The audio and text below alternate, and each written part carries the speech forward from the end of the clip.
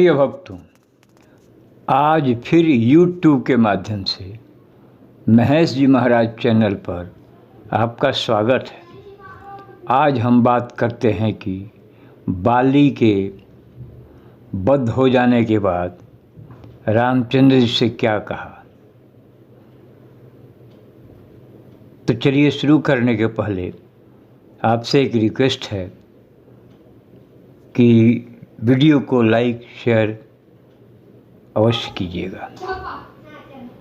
तो आइए, जब श्री राम जी एक लक्ष्मण जी वन में सीता माता को खोज रहे थे, उसी समय ब्राह्मण रूप धरे श्री हनुमान जी से दोनों भाइयों की भेंट हुई और हनुमान जी और प्रभु राम में परिचय हुआ।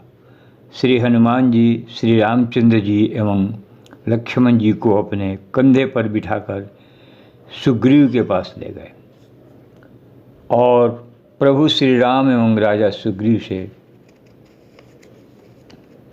समक्ष उन लोगों से दोस्ती कराए। इसके बाद लक्ष्मण जी ने रामचंद्र जी की पूरी कहानी सुग्रीव को बताई, जिसमें सीता जी के रावण हर कर ले गया था, उसका पूरा वृत्तांत लक्ष्मण जी ने सुग्रीव को बताई। जिसे सुनकर सुग्रीव बोला कि मैंने एक स्त्री को एक शत्रु के विमान पर ले जाते हुए देखा। वह राम राम हे राम कहकर चिल्ला रही थी। उसके बाद उसने अपने कुछ वस्त्र कपड़े गिराए और बोले कि मेरे राम आएंगे तो उसे दे देना। इस पर श्री रामचंद्र जी ने सुग्रीव से वह वस्त्र लाने को कहा। राम जी ने को जब सुग्रीव ने वस्त्र दिया तो उस वस्त्र को अपने हृदय से लगाए और सोच में डूब गए। इस पर सुग्रीव ने कहा कि हे प्रभु, सोच छोड़िए, धीरज रखिए, मैं हर वो प्रयास करूंगा जिससे जानकी जी आकर आपको मिले। कृपा सिंधु भगवान सुग्रीव के वचन सुन हर्षित हुए और बोले कि तुम वन में क्यों रहते हो।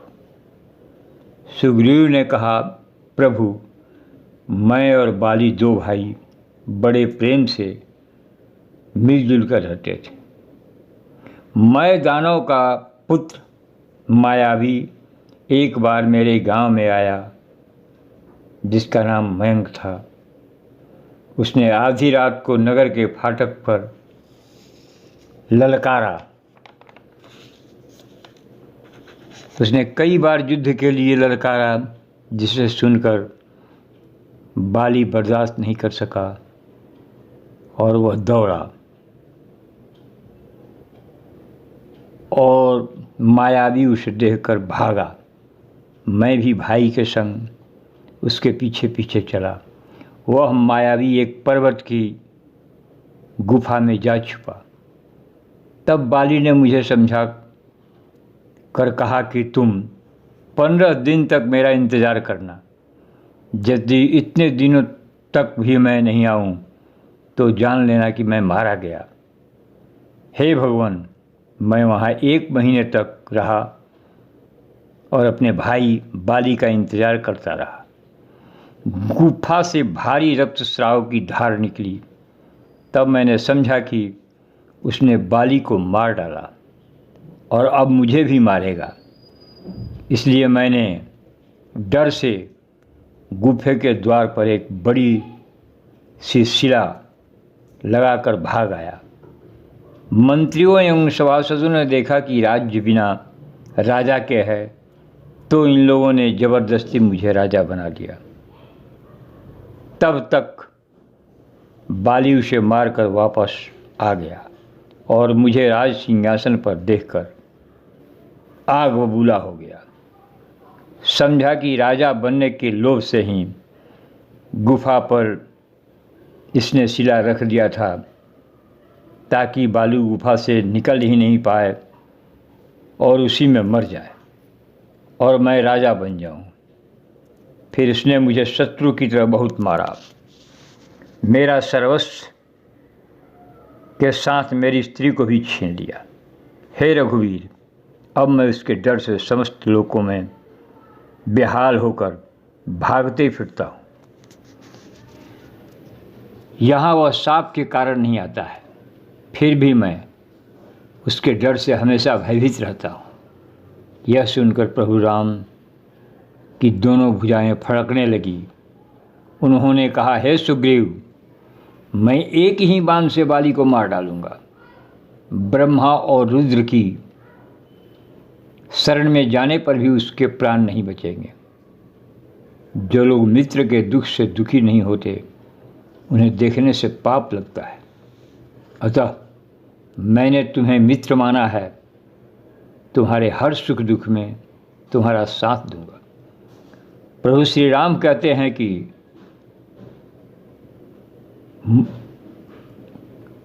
मूर्ख, कंजूस राजा, उल्टा स्त्री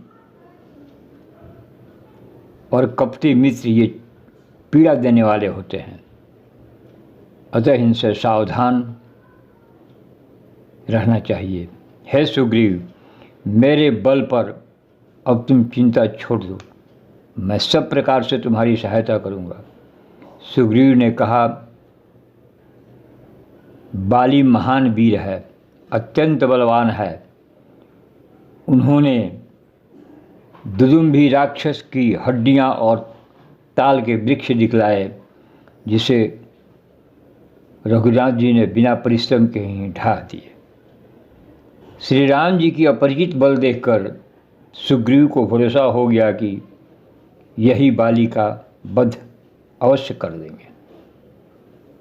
फिर भी वह सशंकित रहता था। वह बोला, आपकी कृपा से मेरा मन अस्थिर हो गया। अब सुख संपत्ति परिवार सब त्याग कर प्रभु आपकी सेवा करना चाहता हूँ। सुग्रीव बोला, छोड़िए अब यह कृपा कीजिए कि दिन रात मैं आपके भजन करूं। इस वैराग्यवाणी सुनकर अब मैं राज्याभिषेक से हमारा मन उचट गया है। अतः मैं आपकी चरणों में आपका सेवा करूं, आपका भजन का गुणगान करूं। भगवान बोले, सब सत्य है, पर मेरा वचन मिथ्या नहीं जा सकता।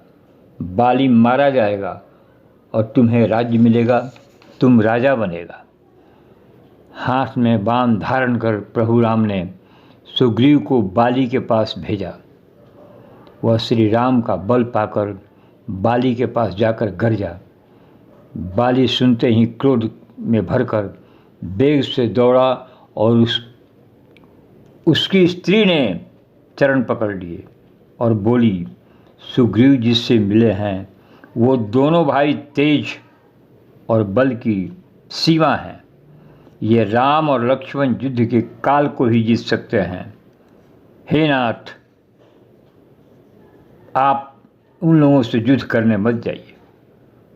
इस पर बाली ने अपने औरत को कहा, अरे डरपोक, रघुनाथ जी समदर्शी हैं और अगर मुझे मारेंगे तो मैं परम पद पाऊंगा। ऐसा कहकर बाली सुग्रीव को तिनका समान इतना मारा कि उसके घूंसों की मार से सुग्रीव प्रभु श्री राम के पास फिर वापस भाग करके आया और बोला, प्रभु, मैंने पहले आपसे कहा था बाली मेरा भाई नहीं काल है। अभी इतना मारा मुझे जिससे मैं चल नहीं सकता। तुम दोनों भाइयों का एक जैसा रूप है, उसी भ्रम से मैंने उसे नहीं मारा। इस प्रकार श्री राम ने सुग्रीव को समझाया और उसके शरीर को छुआ, जिससे उसका शरीर वज्र के समान हो गया। सारी पीड़ा मिट गई। फिर रघुनाथ जी ने सुग्रीव को गले में माला पहनाकर और बड़ा भारी बल से सुसज्जित करके भेजा। उसके बाद फिर दोनों भाई में खूब घमासान युद्ध हुआ। रघुनाथ जी वृक्ष की आड़ में देख रहे थे। सुग्रीव ने बहुत से छल बल से लड़ा, लेकिन भय मानकर हृदय से हार गया। तब रघुनाथ जी ने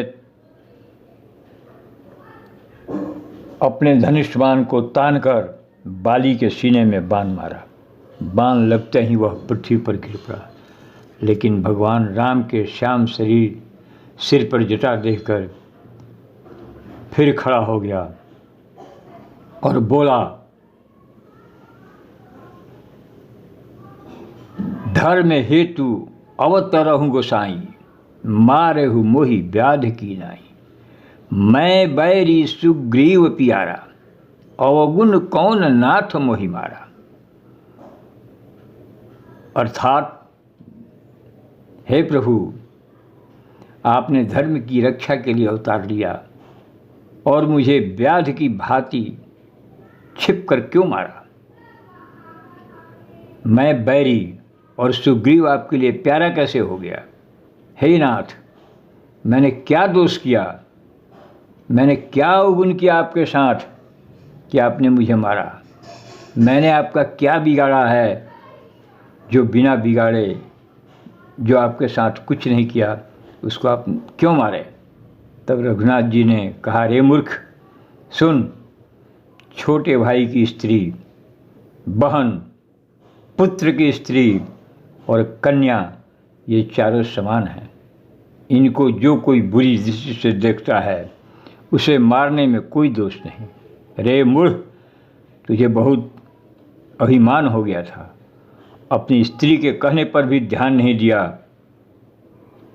तुम्हारी स्त्री बार बार तुम्हें समझा रही थी कि युद्ध करने मत जाओ, उसके बावजूद भी तुमने उसकी बात को टाल दिया।